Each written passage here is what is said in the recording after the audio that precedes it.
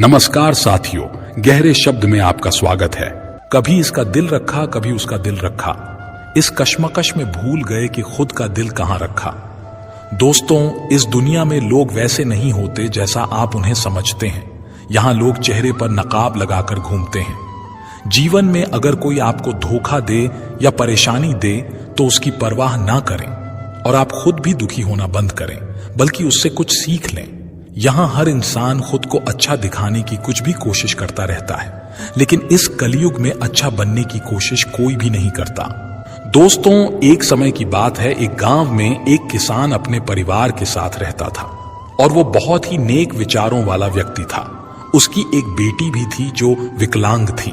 किसान और उसकी पत्नी दोनों अपनी बेटी को विकलांग देखकर बहुत दुखी होते थे। उन्होंने अपनी बेटी के पैर का इलाज भी करवाया, लेकिन कोई फायदा नहीं हुआ। इसलिए किसान और उसकी पत्नी दोनों अपनी बेटी की सेवा करते, उसके पैरों की मालिश करते और उसे अपने हाथों से खाना खिलाते थे। किसान ये सोचकर चिंतित था कि उसके बाद उसकी बेटी का क्या होगा, उसकी देखभाल कौन करेगा। किसान के गांव के पास ही दूसरे गांव में एक प्रसिद्ध व्यक्ति था जो एक संत महात्मा थे। किसान अपनी पत्नी के साथ उन संत महात्मा की सेवा करने जाता था और उनके उपदेश सुनता था। वहां आने वाले लोगों की सेवा करता था।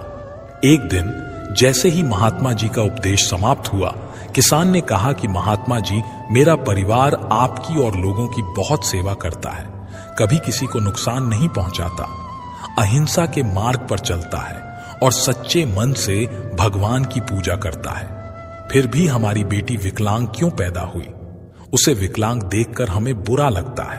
किसान की यह बात सुनकर महात्मा ने अपनी आंखें बंद कर लीं और कुछ देर बाद फिर आंखें खोली और कहा कि मैंने तुम्हारा पिछला जन्म देखा है और यह सब तुम्हारे पिछले जन्म के पापों का फल है। आपका पुत्र साथ रहता था। वो नगर के बाहर राजा के यहां नौकरी करता था।